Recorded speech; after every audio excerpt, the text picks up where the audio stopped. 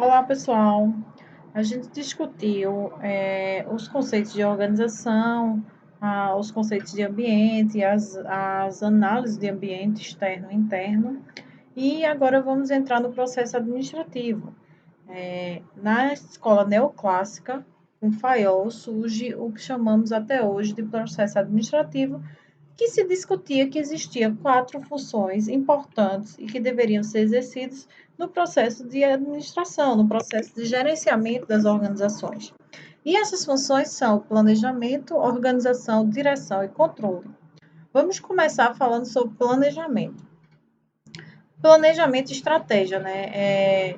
Eles estão diretamente relacionados. E aí, o que é que vamos discutir aqui? O livro, e eu gosto de trazer essa alusão, traz a parte do filme lá da Alice no País das Maravilhas, quando ela pergunta ao gato que caminho deve seguir. Ela está na floresta e existem 2 possíveis caminhos, e ela pergunta, e ele responde: Isso depende do lugar onde você quer ir. Não, qual a conclusão disso? É que não se sabe para onde ir, quando você não sabe para onde ir, qualquer caminho serve. E essa é a alusão para as organizações. Se uma organização ela não sabe onde ela quer chegar, não sabe para onde ela quer ir, então qualquer caminho serve, qualquer coisa serve. E a probabilidade é que isso leve a um desempenho não interessante, um desempenho que não gere retorno e que se chegue até a falência. E o planejamento ele vai justamente traçar isso, esse onde as organizações querem chegar para que elas saibam qual caminho seguir. Então, quando você fala de planejamento, você está falando basicamente de 2 coisas: definição de objetivos e concepção de planos. A definição de objetivo é o quê? Quais são os resultados que a organização quer obter, quais são os propósitos dela, as intenções, os estados futuros que ela pretende alcançar. Então, qual é o objetivo? O objetivo é expandir mercado, o objetivo é consolidar mercado, o objetivo é alcançar, angariar um novo público, o objetivo é engajar. Qual é o objetivo? Quais são esses objetivos? E aí, o segundo aspecto do planejamento é a concepção de planos. E o que são esses planos? São guias que integram e coordenam as atividades da organização de forma a alcançar o objetivo. O que é isso? Tá, traçar os objetivos, mas como que eu vou chegar nesses objetivos? Então, os planos, eles são guias que vão buscar a integração das atividades, a coordenação das atividades, de modo a se conseguir esses objetivos. Então, planejamento foca essas 2 coisas: definição de objetivo e concepção de planos para buscar alcançar esses objetivos. Então, qual a importância do planejamento? Ele proporciona senso de direção. É aquela discussão. Se você não sabe para onde ir, qualquer lugar, qualquer caminho serve. Então, o planejamento ele vai te dizer para onde vai apontar, para onde a organização quer ir. Então, ele fornece esse senso de direção. Focaliza os esforços e aí você concebe planos, concebe guias, né, para chegar a esse objetivo. Desse modo, você focaliza os esforços, os recursos, as pessoas da organização na direção desses objetivos. Isso leva à maximização da eficiência, né? Você vai reduzir custos, vai reduzir o uso de recursos para chegar a esses objetivos, porque você já focou ali onde você quer chegar. Reduz o impacto do ambiente. Quanto mais eu planejo, quanto mais eu entendo o ambiente, mais preparado eu estou para lidar com o ambiente externo. Dessa forma, reduz-se o impacto de mudanças ambientais. Por exemplo, se vai haver uma mudança na legislação e ela vai me afetar e eu já planejei para atender esses requisitos da nova legislação, vai ter um menor impacto quando ela for promulgada e quando as organizações tiverem que seguir essa nova legislação para a organização que se planejou para isso. Outro aspecto é que ele define parâmetros de controle. Como que eu vou controlar se não tenho nenhum parâmetro? O planejamento, ele gera esses parâmetros de controle. Quando você traça quais são os objetivos e quais são os planos para chegar nesse objetivo, você está traçando formas passíveis de serem controladas. Atua como fonte de motivação e comprometimento, porque as pessoas sabem quais são os propósitos, nesse momento elas podem se motivar e elas podem se comprometer mais com a organização. Potencializa o autoconhecimento organizacional, porque para planejar você precisa entender a realidade da organização, precisa entender esse ambiente interno e fornece consistência, ou seja, quando você tem planos, você tende a ser consistente com as atividades, com as ações, com os esforços. Tipos de planos. Os planos, eles podem ser divididos por abrangência, eles podem ser estratégico, tático e operacional, já falamos sobre os níveis organizacionais. Então, você pode ter planos que sejam estratégicos, ou seja, abranjam a organização como um todo, táticos no nível gerencial, no nível de área funcional, ou operacionais no nível da supervisão. Pode também ter os planos, eles são divididos em horizonte temporal, em curto, médio e longo prazo. Quanto à especificidade, eles podem ser mais específicos ou generalistas, e eles podem também ser temporários, ou seja, um plano, nós vamos conseguir tal parcela de mercado nessa época do ano. Então, pode ser temporário ou pode ser permanente. E o planejamento, ele perpassa os níveis organizacionais. No caso, no nível estratégico, você tem um foco na organização como um todo, vai se entender o ambiente externo, a orientação é mais para longo prazo, os objetivos são mais gerais e genéricos. No caso do nível tático, não, você vai focar na unidade ou no departamento. Nesse caso, a orientação é mais de médio prazo e aí são definidas as principais ações que serão empreendidas por aquela unidade. Não pela organização como um todo, mas pelaquela unidade específica. E no nível operacional, você tem um foco mais nas tarefas rotineiras, nos procedimentos e processos específicos, ou seja, como operar uma máquina, como realizar determinado procedimento. E esses objetivos, eles especificam os resultados esperados daquele grupo ou de um indivíduo em específico. E aí, qual o papel dos objetivos no planejamento? Os objetivos, eles são resultados, propósitos, intenções ou estados futuros que as organizações pretendem alcançar por meio da alocação de esforços e recursos numa determinada direção, ou seja, onde eu quero chegar e como eu vou chegar lá, alocando os recursos e esforços para aquela direção. E eles podem ser classificados de acordo com a natureza, então você pode ter objetivos de rentabilidade, melhorar o retorno sobre ações, sobre dividendos, sobre melhorar a própria receita da organização, produtividade, produzir mais com menos, né? Você ser mais produtivo, aumentar a quantidade de unidades produzidas por máquina, aumentar a unidade produzida por hora mão de obra. Pode ser de participação no mercado, de satisfação do cliente, de desempenho socioambiental. Então, você tem objetivos de naturezas diversas. E eles podem estar explícitos, ou seja, estar em manuais, em documentos, estar explícito ou ser implícitos. As pessoas sabem, mas não está lá visível ou escrito em algum lugar. E o processo de definição ele pode ser tradicional do topo para base, ou seja, de cima para baixo, os gestores de topo definem e mandam para a base, ou pode ser administração por objetivos, que é um modelo mais novo de gestão, que prioriza a inclusão de todos e a discussão, e há um processo de definição ali de objetivos por aquele objetivo, por aquele processo, por aquela unidade. E aí, quanto à hierarquia dos objetivos, você tem aí, acima dos objetivos, está a missão da organização, ou seja, a razão de ser dela, a visão, onde ela quer chegar. E aí você tem os objetivos estratégicos, que são amplos, são para a organização como um todo, por exemplo, retorno sobre o investimento de 25%, crescimento das receitas, entrada no mercado argentino. Então, são objetivos macro, objetivos grandes, que envolvem a organização como um todo. Depois você tem os objetivos táticos ligados às áreas funcionais ou aos departamentos. Classicamente, temos 4 áreas funcionais, hoje temos outras, mas qualquer organização, mesmo que seja uma pessoa só que defina tudo isso, ela precisa ter gestão de pessoas, você vai pagar salário, você vai gerenciar pessoas, você vai controlar horário. Então, qualquer organização, por menor que seja, ela tem que ter isso. Tem que ter a parte financeira, né? Você tem que pagar contas, você tem que receber contas, então tem que ter a parte financeira. Você tem a parte de produção, né? Que é a geração do produto ou serviço, e de marketing, que é vendas, divulgação, propaganda. E aí, nesse nível, ficam os objetivos táticos para essas áreas. São objetivos intermediários. E os objetivos operacionais, que estão ligados à supervisão e mais à parte operacional mesmo, a execução das atividades em si.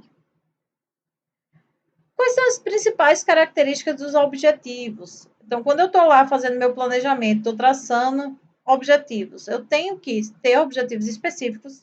As pessoas têm que entender que o objetivo é aquele está diretamente relacionado.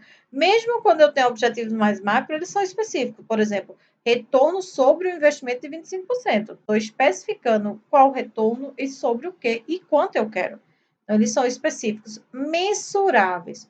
Que é isso? Tem que ser passível de ser contabilizado. Eu preciso mensurar para poder controlar se está sendo alcançado ou não.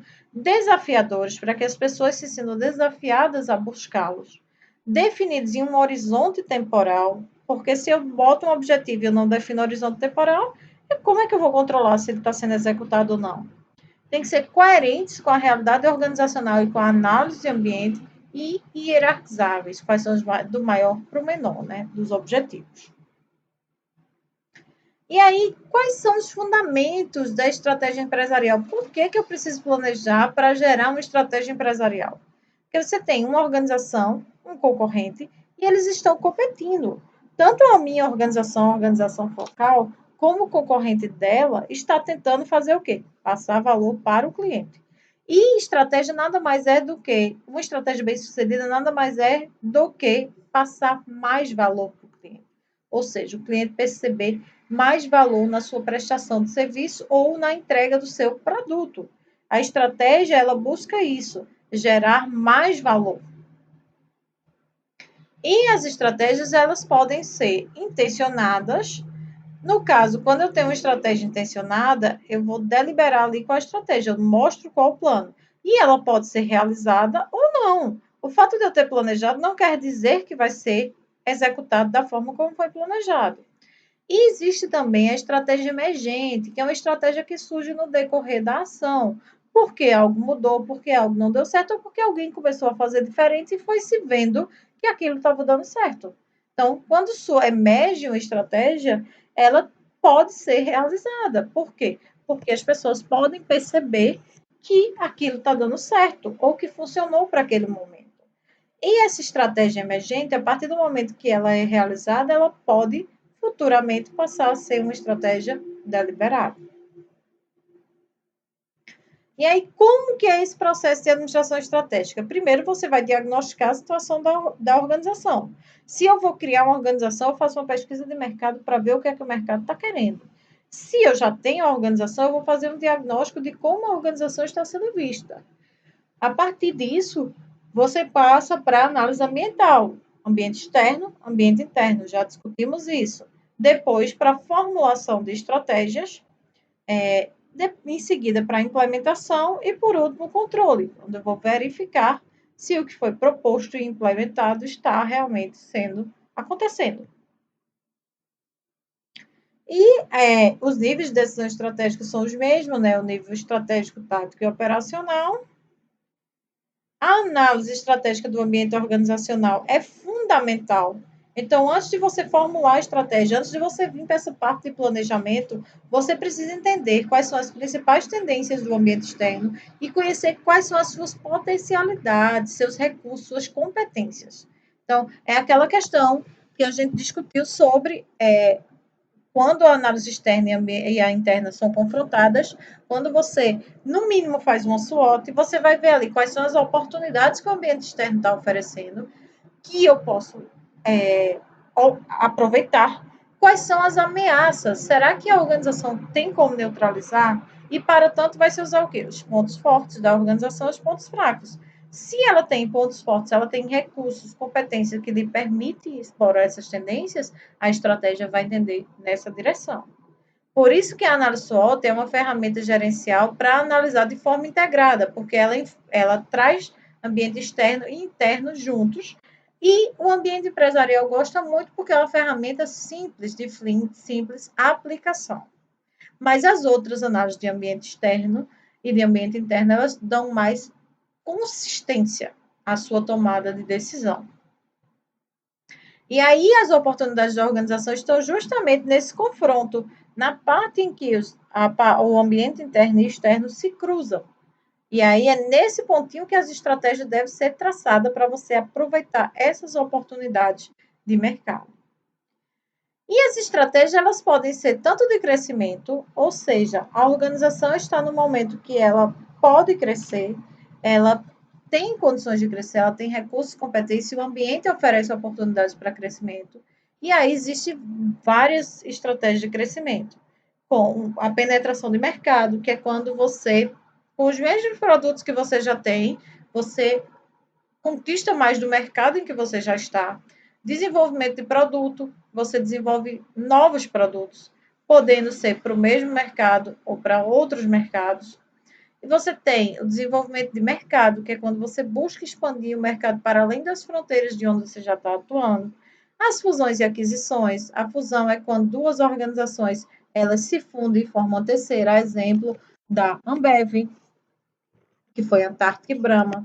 As aquisições, que é quando uma organização adquire a outra. A gente tem aí o Magazine Luiza, que adquiriu várias organizações nos últimos tempos. A gente tem a diversificação, que é quando você diversifica os produtos que você vai trabalhar. E você diversifica também os mercados. E aí tem a diversificação relacionada, por exemplo, quando você tem um restaurante de comida italiana e você passa a abrir um fast food ou algo que é relacionado, que é daquele mesmo setor alimentício. E a diversificação não relacionada. Você tem esse restaurante italiano e você compra um posto de gasolina. Então, são coisas que não são relacionadas.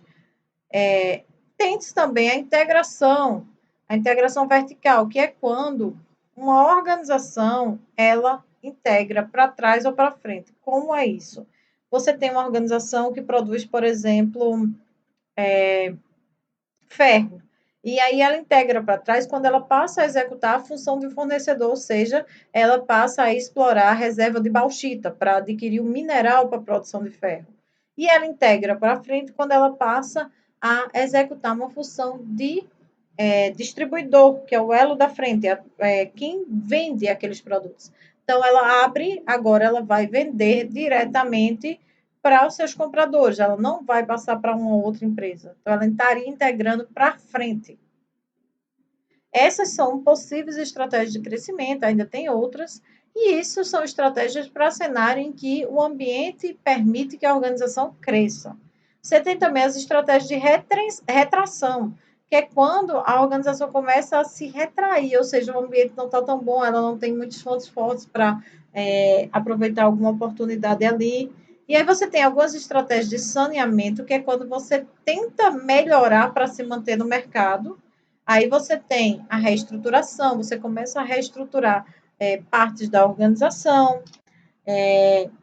A gente teve recentemente a reestruturação das empresas Globo, por exemplo, agora com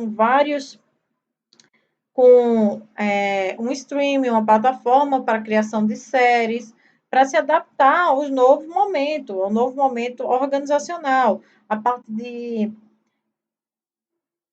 não só entretenimento, mas também a parte de jornalismo mudando muito, porque a gente sabe que toda a profissão de jornalismo, como foi concebida, ela está em movimento, está mudando. O jornal já não é mais o que era antes, a revista também não. Hoje você está muito na era digital, então está tudo digital. Você não compra mais um jornal, você não assiste o jornal na hora que ele passa na Rede Globo, você assiste depois. Então tem toda essa reestruturação por causa dessa tendência. Você tem a reengenharia, que é quando você tenta se reinventar, você vai ver como você está fazendo as coisas e meio que desmontar para você começar do zero e você se refazer. Você tem também o downsizing, que significa achatamento. E aí é quando você começa a eliminar processos que teoricamente são desnecessários ou que são menos importantes para assim reduzir custos e tentar se reestruturar. E você tem também as estratégias de saída. Quando já não dá mais, então o que é que eu vou fazer aqui? você pode começar a desinvestir, diminuir o seu investimento ali naquele mercado e só se mantendo, e você pode começar a liquidar, que é começar a vender espaço que você tenha, vender marca, vender máquinas, equipamentos, então já é quando você já está começando a liquidar para entrar em processo de falência mesmo. E se uma organização ela tem diversos produtos, é importante que se analise também esses produtos, porque as estratégias não vão ser as mesmas. Você tem estratégias diferentes. Você pode ter estratégias para crescimento para um produto e estratégia de desinvestimento para outro produto. E uma matriz muito interessante para se estudar produtos é a matriz BCG, onde você vai traçar a taxa de crescimento de mercado e a participação de mercado. E aí você tem um produto vaca leiteira, que é um produto que ele tem uma participação de mercado alta, mas ele tem uma taxa de crescimento baixa, ou seja, não tenho mais o que explorar, não tenho mais para quem vender, não tenho mais mercado mais para buscar, mas ela me dá um retorno alto, porque eu tenho uma grande participação do mercado. Esse aqui gera muito retorno para investir em outros, porque está estável, já conquistei grande parcela do mercado. Então, não precisa de tanto investimento. Você tem o produto estrela, que é aquele produto que tem uma taxa de crescimento alta e uma participação do mercado alta. Ou seja, eu já tenho uma boa participação do mercado, mas eu ainda posso crescer, porque a minha taxa de crescimento ainda é alta. Esse é um tipo de produto que é passível de investimentos. Você tem que investir mais nele para que ele vire vaca leiteira. Você tem os pontos de interrogação, que ele tem uma participação de mercado baixa e uma taxa de crescimento alto. E o nome ponto de interrogação já diz, eu não sei se eu investir, se ele vai aumentar essa taxa de crescimento ou se não vai. E aí é uma decisão que tem que ser tomada e vai depender de como a organização está, de como estão seus recursos. Em um cenário que tenha mais recursos, você vai investir. Em um cenário que não tenha, provavelmente não. E você tem os cachorros ou abacaxi, que tem uma participação do mercado baixa e uma taxa de crescimento baixa. Nesse caso aqui, a taxa de crescimento é baixa, não está crescendo, não tem muito para onde crescer, e a participação do mercado é baixa. Vou investir? Geralmente não. Por que não elimino? Porque às vezes o abacaxi ele está atrelado à vaca leiteira, ou ele está atrelado à estrela. Então, é um produto que às vezes eu tenho que manter no meu portfólio só porque ele tem uma demanda atrelada, porque eu ganho vendas, quando eu tenho ele, eu ganho vendas na vaca leiteira, por exemplo. Um exemplo da década de 90 era ketchup mostarda. A maioria dos clientes não consumia mostarda, mas eles consumiam maionese e ketchup.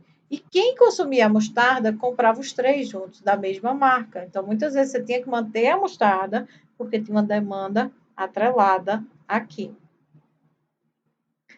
E aí, isso é uma estratégia para nível corporativo, né? A gente estava discutindo toda a estratégia de crescimento da organização como um todo, portfólio da organização como um todo. E aí também existe a estratégia no nível negócio, ou seja, para a unidade, para o nível tático.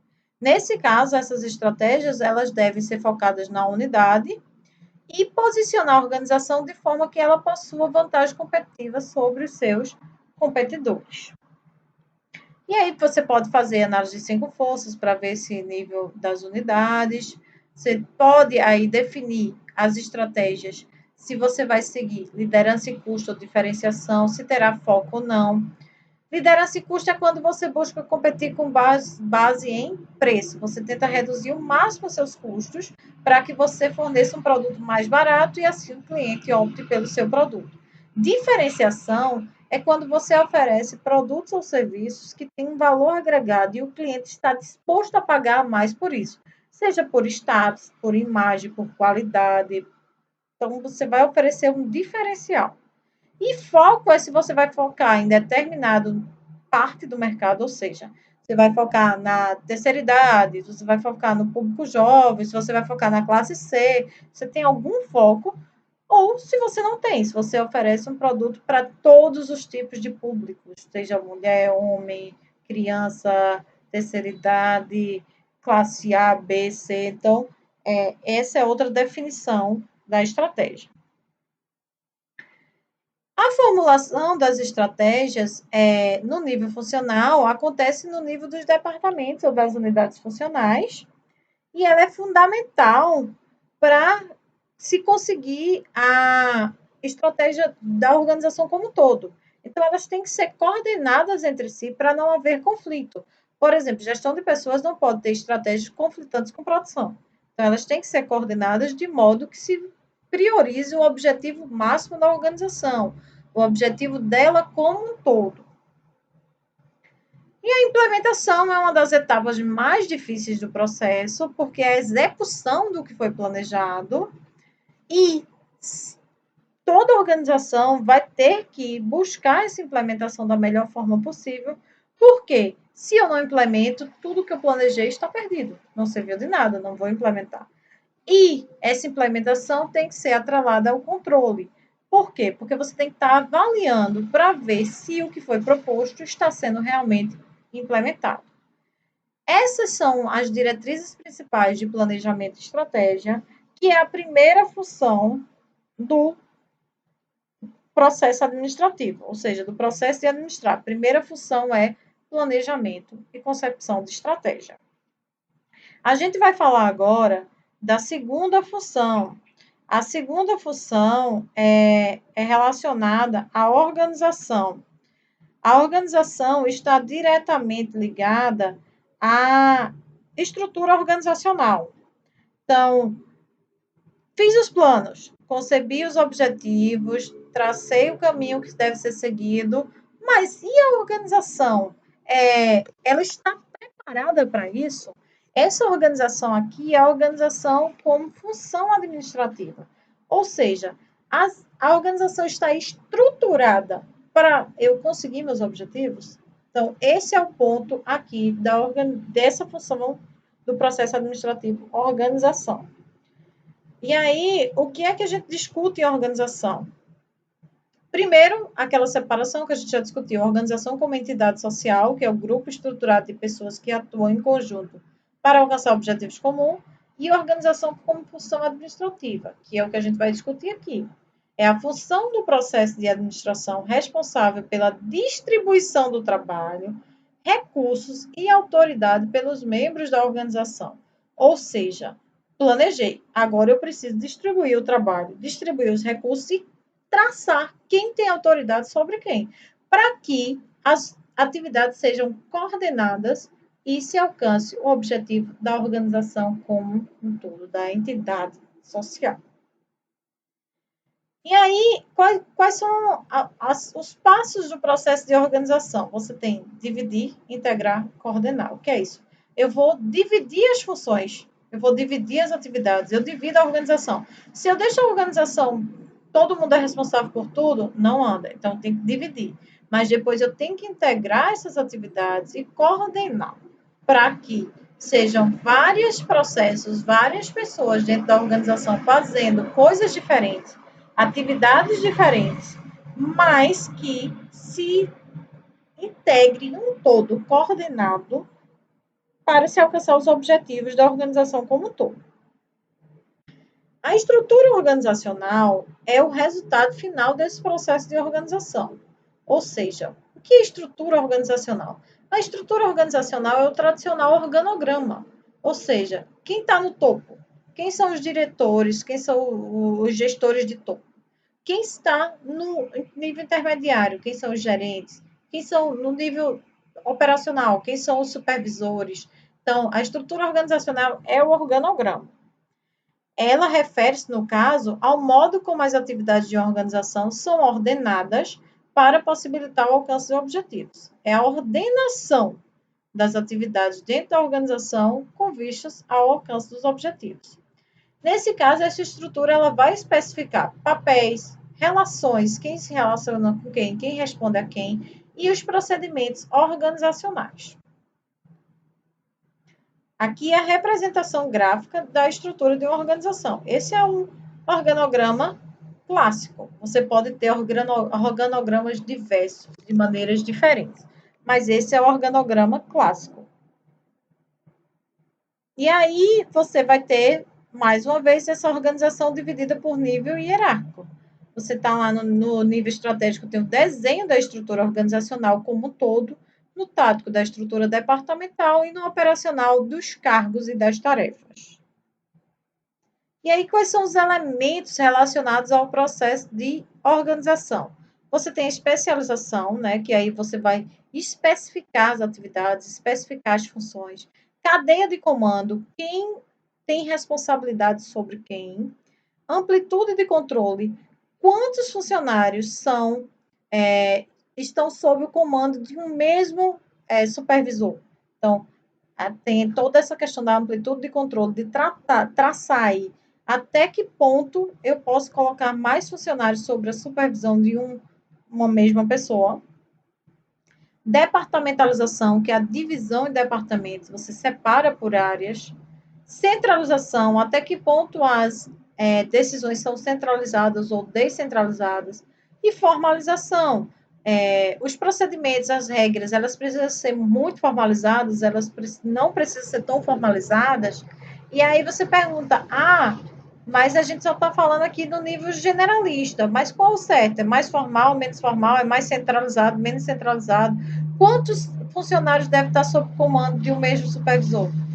Não tem resposta para isso. Depende da organização, depende do negócio, depende da cultura organizacional. Então, o que vocês têm que ter ideia é que esses fatores influenciam no processo de organização, mas a definição sobre como você vai tratar eles depende de como a organização ela está estruturada em termos de valores, cultura, como está o ambiente externo, depende da análise que foi feita de ambiente externo e interno e depende do negócio, depende do produto, depende do tipo de cliente, depende de múltiplos fatores.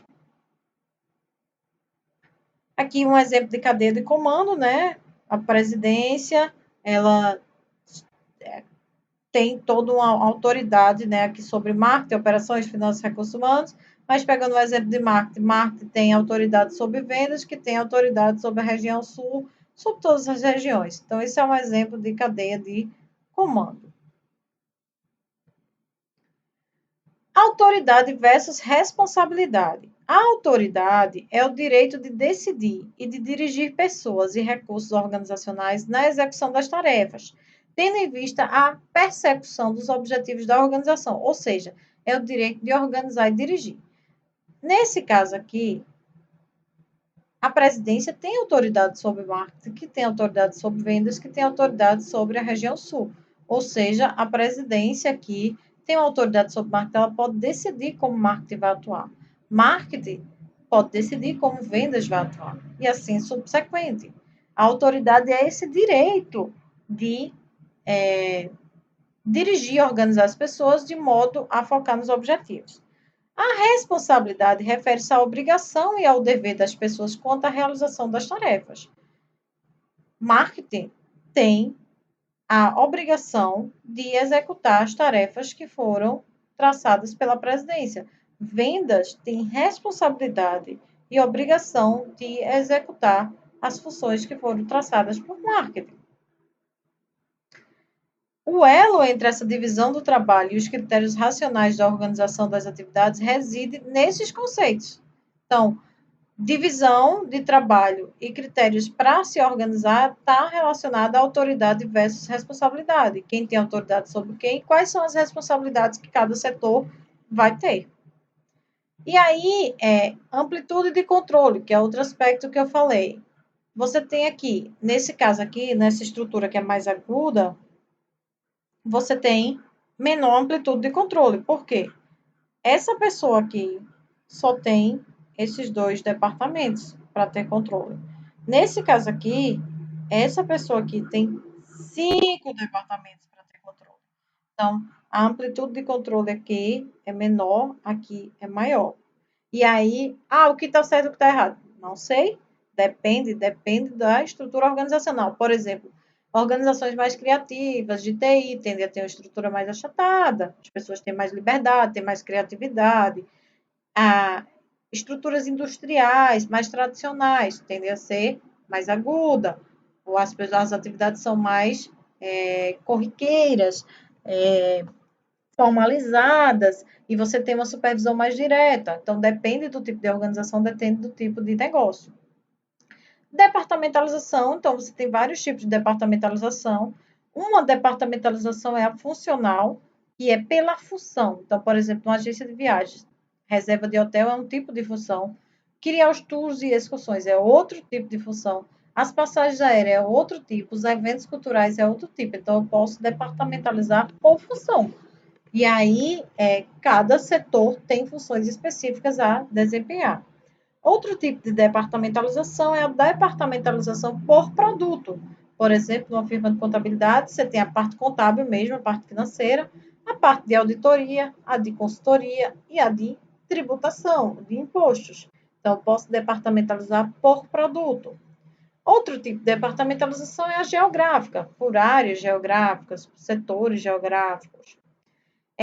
Qual e ainda tem departamentalização por processo, departamentalização matricial, o que vai traçar como vai ser departamentalizada a organização é as funções, as atividades, o tipo de produto que ela trabalha. Então, vai depender do contexto da organização. E, às vezes, é necessário ter dois tipos de departamentalização em uma mesma organização. Por isso que tem a departamentalização matricial, que você cruza a matriz, um lado da matriz com o outro. Então, você pode ter uma departamentalização por produto e geográfica. Você tem produto consultoria para a região centro-oeste, para a região nordeste, para a região norte, para a região sudeste. Então, você cruzaria aí dois tipos de departamentalização. Centralização e descentralização. O grau de centralização ou descentralização refere-se ao nível hierárquico no qual são tomadas as decisões. Quanto mais centralizado, mais alto o nível hierárquico que é tomada a decisão. Quanto mais descentralizadas, você vai tendo decisões nos níveis mais baixos da organização. As decisões acerca do grau de centralização ou descentralização dependem de tamanho da organização, ambiente externo onde ela está inserida, se é de rápida mudança, se não é, e as características internas, a própria cultura. Um conceito relacionado à descentralização é a delegação, que é o processo usado para transferir autoridade e responsabilidade para os membros organizacionais em níveis hierárquicos inferiores. O que é isso? É quando um gestor de nível mais alto começa a delegar funções para um outro de nível mais baixo, e isso também acaba descentralizando um pouco a organização. Formalização está relacionada às normas e aos procedimentos utilizados pela organização para lidar com as contingências ambientais. Ou seja, então as normas e procedimentos para que você reaja ao ambiente. E aí você tem decisões sobre grau de formalização que são impactadas por fatores como tecnologia, se a tecnologia muda, se você depende muito da tecnologia, a tradição dentro da própria organização e o próprio processo decisório. Então, também depende de como da questão cultural, da questão de ambiente. Tem organizações que são extremamente formais e são bem-sucedidas. Tem organizações que são extremamente informais e também são bem-sucedidas. Então, depende dos fatores ambientais, dos fatores internos. Nesse caso, a excessiva formalização ela limita a flexibilidade, a criatividade e a rapidez de resposta, que são competências consideradas essenciais para as organizações modernas. Então, hoje, você tende a ter organizações que diminuam o seu nível de formalização por essa necessidade de resposta rápida.